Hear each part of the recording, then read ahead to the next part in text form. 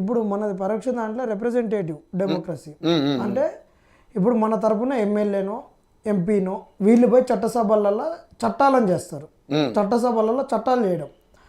కానీ డైరెక్ట్ డెమోక్రసీలో ప్రత్యక్ష ప్రజాస్వామ్యంలో ఏముంటుందంటే ఆ చట్టం అనే దానిని అక్కడ ఉన్నటువంటి ప్రజలే చేస్తారనమాట. దాని ఇనిషియేషన్ ఇప్పుడు ఎట్లా అంటే ఇప్పుడు మన గ్రామ సభ ఉంది, గ్రామ సభలో ఏంటంటే గ్రామంలో ఉన్నటువంటి ఓటర్లందరూ కూడా గ్రామ సభకు అర్హులు. ఆ గ్రామ సభను కూర్చోబెట్టినప్పుడు మనకు డప్పు చాటింపేస్తారు. డప్పు చాటింపేసి పలానా నాడు గ్రామ సభ ఉంది, పలానా విషయాలు చర్చించాలంటారు. ఆడందరూ ఉన్నారు. ఇప్పుడు మన ఊళ్ళో ఒక గ్రంథాలయం కట్టుకోవాలనుకున్నాం, లేకుంటే మన ఊళ్ళో ఒక బోర్ వేసుకోవాలనుకున్నాం. మన ఊరికి వచ్చిన బడ్జెట్ కన్నా మించి కొన్ని పనులు అవుతున్నాయి, కొన్ని బడ్జెట్లో చేసుకోవాలనుకున్నాం. అప్పుడు ఈ పనులన్నిటి చేసుకోవాలనుకున్నప్పుడు గ్రామ సభలో ఆమోదం తెలుపుకొని అందరూ దానికి కూడా గ్రామ సభకు కూడా కోరం ఉంటుంది, మినిమం కోరం ఉండాలి. ఆ కోరం లేకుంటే దాన్ని వాయిదా వేసి మళ్ళీ ఎప్పుడు గ్రామ సభను పెడుతున్నాం అనేటటువంటి చెప్పాలి. గ్రామ సభలో ఆ రోజు కూర్చున్నాం, ఈరోజు కోరం రాలేదు, మళ్ళీ చేస్తున్నామని పంచాయత్ సెక్రటరీ రాస్తాడు.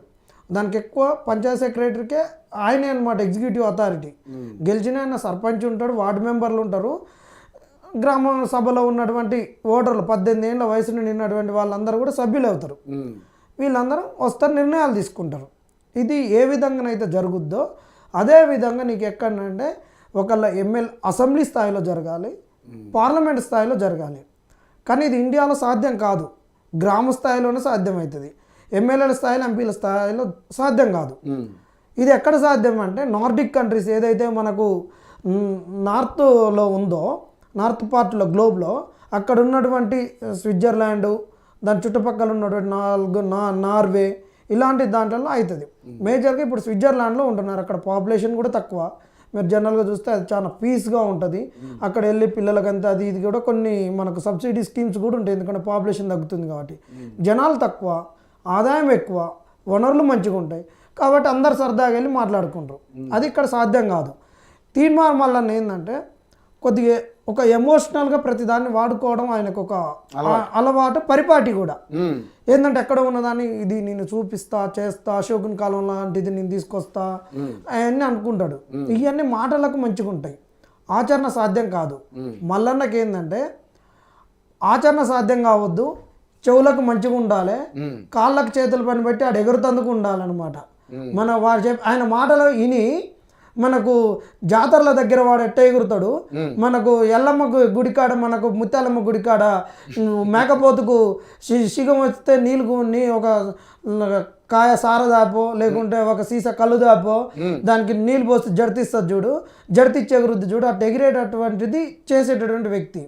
ఈయన జ్ఞాన సముపార్జన చేయడు, జ్ఞానాన్ని పంచడు. రాజకీయానికి కావాల్సింది ఓటర్ ఎప్పుడు కూడా ఎమోషనల్గా ఓటేస్తాడు. రాజకీయ నాయకుడు ఎమోషన్ లేకుండా చంపేటటువంటి వాడు రాజకీయ నాయకుడు, తడిబట్టతో గొంతు కోసేటటువంటి రాజకీయ నాయకుడు. అయితే ఇక్కడ Teenmar Mallanna right to recall అన్నాడు కదా, ఈయన రైట్ టు రికాల్ దేనికి ఇచ్చిండు? ఈయన అసెంబ్లీ స్థాయిలో రైట్ టు రికాల్ అన్నాడు. అసెంబ్లీ స్థాయిలో ఈయన ఎమ్మెల్సీ కాబట్టి ఈయన రైట్ టు రికాల్ అన్న విధానము. మరి ఆయన రెఫరెండం కూడా ఎక్కడైనా రైట్ టు రికాల్ ఉన్న స్విట్జర్లాండ్ ఏంటంటే ఒక 5 సంవత్సరాలు అక్కడ పదవి కాలం ఉంటే గెలిపించినటువంటి వ్యక్తికి 2 సంవత్సరాల తర్వాత రెఫరెండం. ఇప్పుడు మీరే ఉన్నారన్నా, ఇప్పుడు నేను ఒక్కసారి పిలిస్తే నేను వచ్చి నీ స్టూడియోలో ఆగమాగం చేసిన ఒక సబ్జెక్ట్ లేకుండా మాట్లాడిన అనుకో, ఒకవేళ నీతో నాతో ఉన్న మంచి రేపొద్దు నువ్వు నన్ను పిలుస్తాడు, నీ దాంట్లో ఏమంటారు, జనార్దన్ ఎందుకైనా పిలిచేది, ఆయన ఇష్టం వచ్చినట్టు మాట్లాడతాడు, సరే పోనీరా ఇంకోసారి చూద్దాం ఉంటాం. అది ఎట్లా ఉంటుందో అక్కడ కూడా ఏంటంటే వాని యొక్క పనితనం చూడడానికి కొంత సమయం కావాలి కదా. 2 సంవత్సరాల తర్వాత రెఫరెండం పెడతారు. వానికి ఏం చేస్తున్నాడు ఏందనేటట్టు కూర్చొని చేస్తారనమాట. మరి మల్లన్న కూడా 2 సంవత్సరాల తర్వాత రెఫరెండం రైట్ టు రికాల్ అన్నాడు, రిఫరెండం కాదు రైట్ టు రికాల్ అన్నాడు. నన్ను 2 సంవత్సరాల తర్వాత రైట్ టు రికాల్కి వస్తున్నాడు. అది 6 ఏళ్ళ పదవి కాలం ఉన్నప్పుడు. మరి ఈయన బై ఎలక్షన్లో వచ్చిండు, ఈ 2 ఏళ్ళ పదవి కాలం. మరి ఈయన రైట్ టు రికాల్ అనేటటువంటిది 3 నెలలకు పెట్టుకున్నాడా, 6 నెలలకు పెట్టుకున్నాడా, సంవత్సరానికి పదవి పోయే ముంగట ఎమోషనల్గా ఆడుతుందిగా. మరి ఈయన అసలు రైట్ టు రికాల్ అనేది ముందే పెట్టుకోవాలి. ఎందుకు ఈయన గ్రాడ్యుయేట్ ఎమ్మెల్సీకి గెలిచారు, గ్రాడ్యుయేట్ ఎమ్మెల్సీకి గెలిచింది కాబట్టి ఇంకా రైట్ టు రికాల్ అనే దాన్ని కరెక్ట్ యూజ్ చేసేటటువంటి వాళ్ళు చదువుకున్నటువంటి వాళ్ళు కదా. మరి ఈయన యొక్క పనితనాన్ని కరెక్ట్ అసెస్ చేసేటటువంటి వాళ్ళు కరెక్ట్గా దాన్ని విచక్షణతోటి మల్లన్న కరెక్ట్ చేసిందా లేదా అని చెప్పగలుగుతారు అంత ఇంతో. మరి ఎందుకు నువ్వు రైట్ టు రికాల్కి రాలేదు? ఇవాళ కాంగ్రెస్ చీపోరను ఇష్టం వచ్చినట్టు మాట్లాడుతున్నావు అని చెప్పి నేను సస్పెండ్ చేసిన, మరి అలా నీ పార్టీ మీద గెలిచిన నీ పార్టీ నుండి నన్ను సస్పెండ్ చేసినావు. నన్ను సస్పెండ్ చేసినప్పుడు నీ పార్టీ యొక్క సింబల్ మీద, నీ పార్టీ యొక్క భుజాల మీద, నీ పార్టీ కార్యకర్తల భుజాల మీద గెలిచిన అంటున్నావు, వాళ్ళ కష్టార్జితంతో గెలిచినట్టున్నావు, నీ ఎంగిలి కూడా తిన్నట్టున్నావు, నీ రక్తం కూడా తిన్నట్టున్నావు. నీ పదవి నాకు ఎందుకు అనాలి కదా? రైట్ టు రికాల్ను నువ్వు యాక్సెప్ట్ చేసి పదవికి రాజీనామా చేయలేదు. కాంగ్రెస్ వాళ్ళు చీకొడుతున్నటువంటి పదవిని కూడా ఉపయోగించుకుంటున్నావు. మరి ఇంతకన్నా దౌర్భాగ్యమైన స్థితి ఏమున్నది? కొన్ని మన దగ్గర కూడా కొన్ని రాష్ట్రాలలో గ్రామ స్థాయిలలో రైట్ టు రికాల్ పెట్టిర్రు. ఇప్పుడు ఉత్తరాఖండ్, ఉత్తరప్రదేశ్, హర్యానా ఇలాంటి వాటిలలో రైట్ టు రికాల్ అన్నారు. మరి ఇక్కడ ఈయన మల్లన్న రైట్ టు రికాల్ ఎందుకు నేను చేస్తాన్న వ్యక్తి ఎందుకు చేయలేదు? మల్లన్న అనేటటువంటి వ్యక్తి మాటలకే కానీ చేతలకు పనికిరాడు. అసలు ఇక రైట్ టు రికాల్ అన్నాడు కరెక్టే. మరి రైట్ టు రికాల్ అన్న వ్యక్తి మరి బీసీ వాదానికి దాన్ని ఎందుకు చేయట్లేడు? ఈయన చేసి దమ్ముంటే ఇప్పుడు రెడ్డిలను అందరు అన్నారుగా, మీరు ఇంతమంది ఉన్నారు అన్నారు కదా, ఈయనను సస్పెండ్ చేసే ముందే మీరేంది సస్పెండ్ చేసేది? నేను నా పదవికి నేను రైట్ టు రికాల్ అని పెట్టినా, నేను పోతే పోయింది నా పదవి వద్దనుకుంటున్నా అనుకున్నావు నువ్వు రైట్ టు రికాల్ పెట్టి రిజైన్ చేసేసి మరి రెడ్లకు సవాల్ ఇసరకపోయినావు. అవును, నీదన్నా 2 సంవత్సరాల అదే మాట్లాడుతా ఉన్నారు. ఎందుకంటే సరే పార్టీ నుంచి నేను తీసేశారు, మరి నీకు పదవి కూడా ఎందుకు, నీకు అవసరం ఏముంది? నువ్వు ఇప్పుడు ఏదైతే బీసీ నినాదం ఎత్తుకున్నావో ఆ పదవిని కూడా తృణప్రాయంగా వదిలేయమని చెప్పి మాట్లాడుతూ ఉన్నారు. ఇప్పుడు వాళ్ళు కక్కిన కూడా తింటున్నాడు కదా మల్లన్న. ఇప్పుడు మల్లన్న అసలు ఎంత తొందరగా పదవికి రాజీనామా చేస్తే అంత మొగోడు. చేయడు మల్లన్న, పదవికి చేయడు, ఏం చేయడు. ఆయనకు ఆమోదయోగ్యమైనప్పుడే, ఎప్పుడు ఎమోషనల్గా ఉంటుందో అప్పుడే చేస్తాడు. ఆయన ఎంచుకున్న బీసీ వాదానికి కూడా ఇది చక్కగా పెడితే కరెక్ట్ ఉంటుంది. ఇప్పుడు నేనన్నాను పెట్టేసి మీరు రాజీనామా చేయరని చెప్పేసి చేయొచ్చు కదా. ఇప్పుడు ఈయన అంటే నేను వేసినటువంటి బీజం రేవంత్ రెడ్డి వేసుకున్న కుర్చీకి నేను డయాస్ కట్టిన, ఆయన వచ్చి దాని మీద వేసుకొని కూర్చుంటున్నాడు, కులుకుతున్నాడు అంటున్నావు. మరి ఆయననే నువ్వు గెలిపి పార్టీని అధికారంలోకి తీసుకొచ్చినటువంటి వానివి, మరి నీ ఎమ్మెల్సీ పదవి అప్పుడు ఓట్లప్పుడు మరి అందరి దగ్గర పోయింది పోతుంది ఆడుకున్నావు. 119 మందిని గెలిపించినోని నిన్ను నువ్వు గెలిపించుకోలేకపోయినావా? ఇప్పుడు ఎవడూ లేడు అంటున్నావు, ఎవడూ చేయలేదు అంటున్నావు. ఎవడు లేనప్పుడు మొత్తం నేనే చేసిన అంటున్నావు. మరి నువ్వు ఎందుకు చేయలేదు? మన ఇప్పుడు నిరుద్యోగులు ఎడిపోయారు, ఆ కొట్లాడిన వాళ్ళకి ఎడిపోయారు, వీళ్ళందరూ ఎడిపోయారు. ఇప్పుడు నాకు టీం ఉందంటావు, నాకు 7200 టీం ఉందంటావు, బీసీ వాదాన్ని నేను బ్రహ్మాండంగా తీసుకొని పోతా అంటావు. మరి నువ్వు బీసీ వాదం తీసుకొని పోతే మంచిది, ఇది వాదం మంచిది. ఈడ వాదానికి వ్యక్తిత్వానికి నడిపేటటువంటి వ్యక్తికి ముడిపడి ఉన్నది. ఇప్పుడు పడవ మంచిదే అన్న, నడిపేటోడు రాకుంటే ఇప్పుడు నాకు మోటార్ సైకిల్ వస్తుందని చెప్పేసి నేను దేనేం తోలుతా, విమానం తోలుతా, రైలు తోలుతా, పడవను కూడా తోలుతా అని చెప్పేసి మంచి పడవను తీసుకొని పోయి నదిలో పోతే ఏమవుతారు? అందరూ జల సమాధి అవుతారు. నీకు కారు రాదు, బైక్ వచ్చు, బైక్లో నువ్వు నిష్ఠానుద్ధివి. మరి నువ్వు కారు తోలుతా, నేను ఉట్టి కారు తీసుకొని పోతారు కదా. అక్కడ ఏంది, ఆ వ్యక్తికి ఉన్నటువంటి డ్రైవింగ్ మీద డిపెండ్ అయి ఉంటుంది. ఇక్కడ కూడా ఈ బీసీ వాదాన్ని డ్రైవ్ చేసే వ్యక్తి మీద డిపెండ్ అయ్యింది. వాదం మంచిది, కానీ నడిపే వ్యక్తి మంచోడు కాదు కాబట్టికే కదా ఇంత జనాభా కులగణన లెక్కలు బయటకు వచ్చినాయి. వాళ్ళకు మన కులం జనాభా ఎంత ఉందో అంతా తెలిసినాక, అస్త్రాలు అన్నీ ఉన్నాక మరి నీతో కలిసి యుద్ధం చేయడానికి సిపాయి లెక్క ఎందుకు రావట్లేదు? బీజేపీలో ఉన్న బీసీలు రాలేదు, బీఆర్ఎస్లో ఉన్న బీసీలు రాలేదు, కాంగ్రెస్లో ఉన్న బీసీలు రాలేదు. ఎవరు ఈ మూడింటిలలో బీఎస్పీ అంటే బహుజనవాదమే, వాళ్ళు ఎప్పుడైనా ఉంటారు. మరి వీళ్ళు ముగ్గురు ఎందుకు రాలేదు? ఇలా ముగ్గురికి బీసీ వాదం అవసరం లేదా? మల్లన్న నాయకత్వాన్ని వీళ్ళు సమర్థించట్లేరనే కదా ఇలా అధికార పార్టీలు ఉన్నాడంటే రాడన్న బీసీలు. ఎందుకంటే వానికి నాకేదో ఒక పదవి వస్తుంది, నేను 10 ఏళ్ళు ప్రతిపక్షంలో ఉంటాయి. మరి ప్రతిపక్షంలో ఉన్న బీఆర్ఎస్ వాళ్ళు ఎందుకు రావట్లేరు? ప్రతిపక్షంలో ఉన్న బీజేపీ వాళ్ళు ఎందుకు రావట్లేరు? వీళ్ళు రావాలి కదా. మల్లన్న బీసీ వాదం అనగానే వీళ్ళు రావాలి కదా. మల్లన్నను రాజీనామా బహిష్కరించారు కాంగ్రెస్. అరే నువ్వేంద్రా బహిష్కరించేది, మా ఓడు వేస్తే మీరున్నారని చెప్పేసి రావాలి కదా. ఇప్పుడు ఒకటి ఉంటుందన్న అన్న, అది బీసీ వాదం అనేటటువంటి బీసీ వాళ్ళం అందరం కుల బంధువులము, మనం అందరము రక్తాన్ని పంచుకొని పుట్టిన వాళ్ళం అంటారు కదా. ఒక అన్నదమ్ములు మాట్లాడుకోరు, భార్యాభర్తల వల్ల అన్నదమ్ములు ఇడిపోయారు, మాట్లాడుకోరు. కానీ తమ్మున్నో కానీ అన్ననో కానీ పక్కింటోడో ఓడనో కొట్టిండనుకో, ఈ ఆడోళ్ళు సిగలు పట్టుకొని ఉన్నా నువ్వు పోకన్నా కానీ వాళ్ళ పౌరుషం పుట్టుకొని వచ్చి చిన్నప్పటి నుంచి ఒక కంచంలో తిని పెరిగిన వాళ్ళం, మమ్మ రొమ్మ పాలు చీకినటువంటి వాళ్ళం అని అన్నైనా తమ్ముడైనా ఎవరినైనా కొడితే ఊకుంటారా? కర్ర పట్టుకొని వచ్చి ఈపులు పలకు కొడతారు. అవును. నువ్వు రక్తం పంచుకొని పుట్టిన వాళ్ళ పాలు పుట్టిన బీసీ వాదం అన్నోడివి నువ్వు ఇంత చెప్తున్నప్పుడు ఇది ఎమోషనల్గా ఉన్నటువంటి దాంట్లో కూడా నీ ఎమోషనల్ అనేటువంటి పండట్లేదు అంటే నీ యొక్క వ్యక్తిత్వం మీద నీ యొక్క నాయకత్వం మీద వీళ్ళకు ఉన్నటువంటిది ఎందుకు నమ్మకం ఏంది? నువ్వు ఎట్ట నమ్మకం కలిగించగలుగుతున్నావు? నీ డ్రామాలు ఏంది? ఇప్పుడు ఇంకెందుకు రాలేదు? నువ్వు 7200 అన్నావు. నీ 7200 అన్నప్పుడు నీ టీం ఎందుకు స్పందించలేదు? నీ టీం ఏమన్నా ఉన్నదా? నీ టీం స్పందించకపోగా నీ టీమే నిన్ను విభేదించిన పరిస్థితి. నీ అసలు 7200 అంటారు తీన్మార్ మల్లన్న. అసలు 7200 న్యూస్కి సంబంధించినటువంటి ట్రేడ్ మార్క్ ఎవరి మీద ఉందో చూడ్రి అనేది కొద్దిగా జూమ్ చేయన్న. ఇది ఈయన 7200 అని అందరిని మోసం చేస్తున్నప్పుడు ఈ తీన్మార్ మల్లన్న ఎంత మోసం చేసిండని ఈ వాదన ఈ 7200 అనకు లేదు. అసలు దీనికి ఒక వాదన లేదు, ఏది లేదు. ఏదన్నా ఒక విషయం చెప్పినప్పుడు ఒక ప్రశ్న వేసినప్పుడే దానికి ఎంతో మనం ఈ ఇన్ఫర్మేషన్ తీసుకొని ఈ ప్రశ్నను అడగాలన్నా లేదని చేస్తాం. శ్రీకాంత్ రెడ్డి ఎవరు? శ్రీకాంత్ రెడ్డి అనేట అతను ఈయన తీన్మార్ మల్లన్న తోటి పాదయాత్ర చేసిండు. ఈయన నెమ్మికల్లో ఒక సర్వే నెంబర్ ఉంటుందన్న. ఆ సర్వే నెంబర్ 625. నెమ్మికల్ అంటే ఏదనుకున్నావు?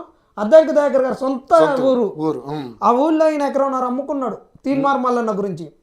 ఈ తీన్మార్ మల్లన్న ఈయన పెట్టక ముందు, పాదయాత్ర చేయకముందు, అంగిలాగ సిద్ధాంతాన్ని అనౌన్స్ చేయకముందు ఈయన పాపం సూర్యాపేట కొత్త బస్ స్టాండ్లో ఈయన క్యాంటీన్ కూడా ఉండే. 6గురికి ఉపాధి.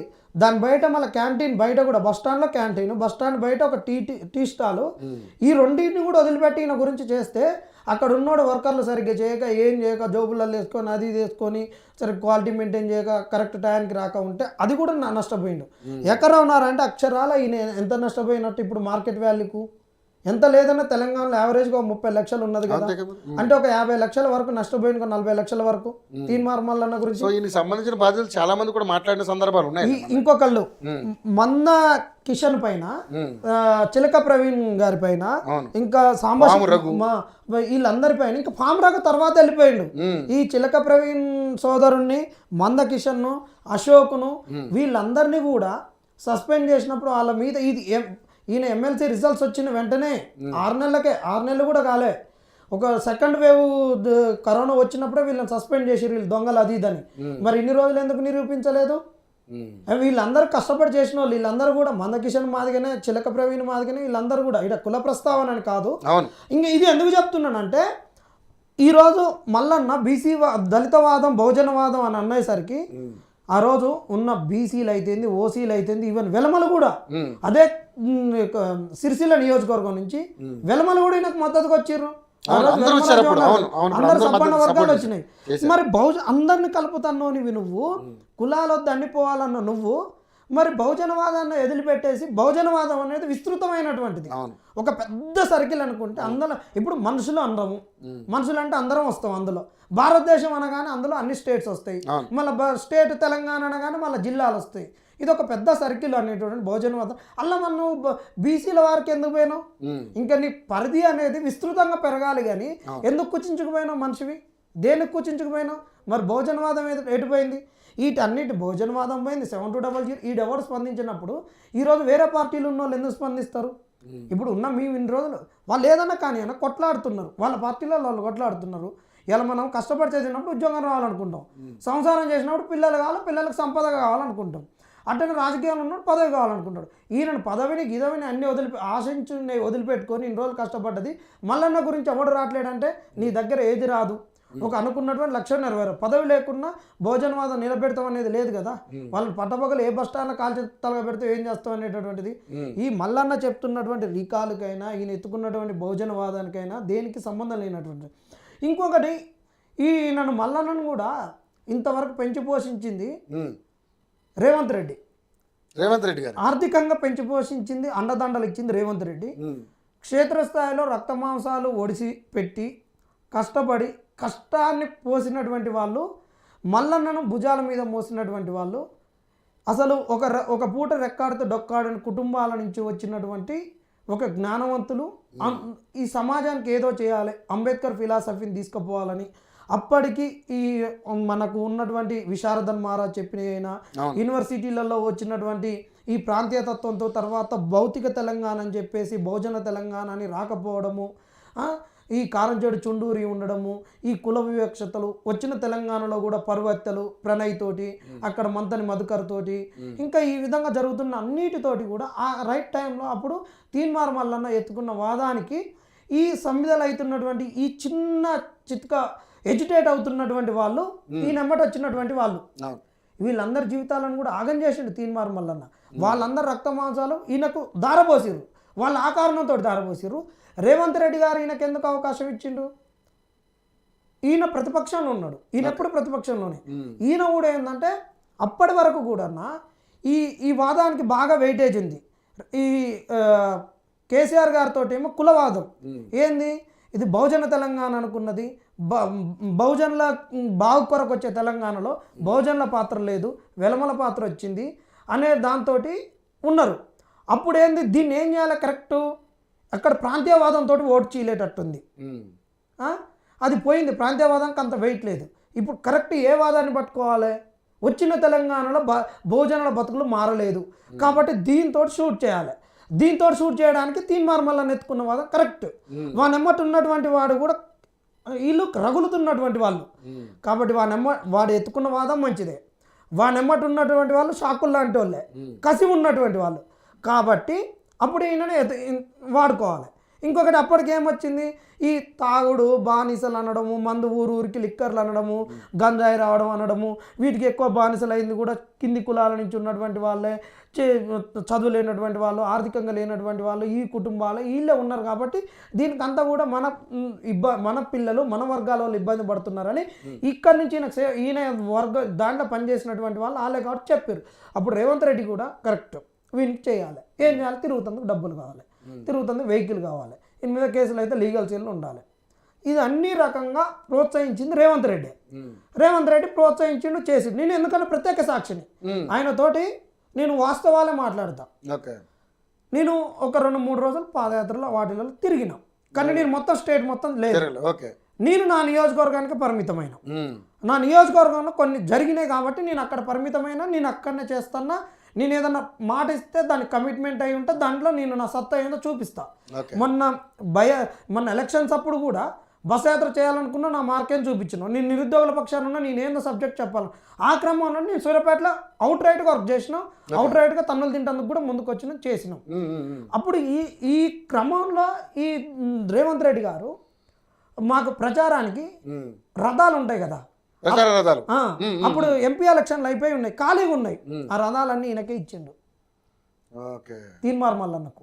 తీన్మార్ మల్లన్న చేశారు, ఇద్దరు కలిసి పార్టీ ఫ్లోట్ చేద్దాం అనుకున్నారు. ఇవన్నీ జరిగినాయి, వద్దన్నారు. ఈయన యొక్క పద్ధతి బాగాలేదన్నారు. ఎందుకంటే వాస్తవానికి కూడా ఆ రోజు కాంగ్రెస్లో ఎవడు లేడు మాట్లాడేటోళ్ళు, ఈయన ఉన్నాడు. అప్పుడు రేవంత్ రెడ్డి గారి పరిస్థితి కూడా అప్పుడు కాంగ్రెస్కి రాలేదు, అప్పుడు కాంగ్రెస్ ఉన్నాడు కానీ వారు పీసీసీ రాలేదు. ఏం చేయాలి, వీళ్ళు రారు, అక్కడనేమో కేసీఆర్ ఏమో వదిలిపెట్టేటట్లేడు, 30-40 ఏళ్ళు అంటున్నారు, వాళ్ళలో బలంగా ఉన్నారు, ఉన్న నాయకత్వం మొత్తం అటైపోయింది, ఉద్యమకారులు కూడా అటే వెళ్ళిపోయారు, అటు తెలంగాణ భోజన తెలంగాణ అని మాట్లాడేటోళ్ళు ఇంటలెక్చువల్స్ అందరూ ఆయన సంఘాన్నే చేరిర్రు. అసలు ఏంది తెలంగాణలో పరిస్థితి, వీడిని పెట్టుకుందాం చేద్దామని ఆయన అధికారంలోకి రావడానికి ఆయన విపరీతంగా మదన పడుతున్నటువంటిది ఆయన చేస్తున్నటువంటి తరుణంలో ఈయన దొరికిండు. మనము బావిలో పడితే మునుగుతుంటే ఒక గడ్డి పరక దొరికినట్టు ఈయన దొరికిండు. ఈయనను వాడినాక ఈయన వచ్చినాక ఈయన తత్వం తెలుసు కదా, మమ్మల్ని తిట్టినోడికి నువ్వు ఎట్లా ఇస్తావు, ఆడ ఎమ్మెల్యే అప్పుడు తిట్టిండు, ఆ కోమటిరెడ్డిని పంగ జీరుస్తున్నాడు, అది జీరుస్తున్నాడు, ఇది జీరుతున్నాడు, మరి ఇంకెట్లా అధికారం వచ్చింది కదా ఇప్పుడు వాళ్ళకు కూడా. అప్పుడు అధికారం లేదు, ఏం లేదు, ఏమని లేకపోయారు. మల్లన్నకు అప్పుడు వెయిట్ ఉంది, పదవి ఉన్నా లేకున్నా ముఖ్యమంత్రిని కూడా తిట్టేంత క్యాలిబర్ తిట్టిండు, దానికి అలవాటు చేసిండు. కాబట్టి అప్పుడు రేవంత్ రెడ్డి ఇచ్చిండు, అయిపోయింది, వీళ్ళు వద్దన్నారు, కథ అట్లా ముగిసింది. ఇప్పుడు కూడా ఏంటంటే తెలంగాణలో రాజకీయం అనేటటువంటిది మళ్ళీ కూడా ప్రాంతీయవాదంతో రాజకీయం నడపలేము అనేది క్లారిటీ. ఇక్కడ కూడా ఎమోషనల్గా ఏం చేయాలి అంటే ఖచ్చితంగా కుల రాజకీయాన్ని చెయ్యాలి. ఆంధ్ర లెక్క కుల రాజకీయం అయితే ఇప్పుడు చెప్తున్నటువంటిది ఏంటంటే, ఇప్పుడు రకరకాల ఒక వ్యక్తి బయటకు వచ్చినాక కాలానుగుణంగా మారుతారు. మల్లన్న యొక్క తత్వం కూడా ఒకటే సెకండ్లో చెప్పేస్తా.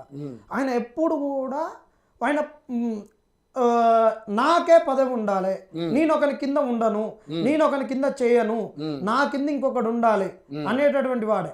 ఆయన వాదాన్ని మోద్దామని కానీ సమాజాన్ని మారుద్దామని కానీ ఇదేది ఉండదన్న. ఆయనకు క్లారిటీ, పిచ్చ క్లారిటీ, ఆయన ఎంత క్లారిటీ అంటే అంత క్లారిటీ. ఆ క్లారిటీని అప్రిషియేట్ చేయొచ్చు. ఆయన పదవి కావాలి, నాకు ఏదైనా పదవి కావాలి అంతే, నేను రూల్ చేయాలి, నా కింద అందరు ఉండాలి అంతే, ఆయనే ఉండాలి కాబట్టి అది దేనితోటైనా రాని. ఇప్పుడు అంటారు కదా, ఇప్పుడు కాంశీరామ్ గారు అన్నది అంటాడు కదా, ఇప్పుడు మనం ఎదగడానికి, మనం పోవడానికి గాడిదనైనా ఎక్కిపోదాం, పార్లమెంట్ కుక్కనైనా ఎక్కిపోదాం అన్నాడు.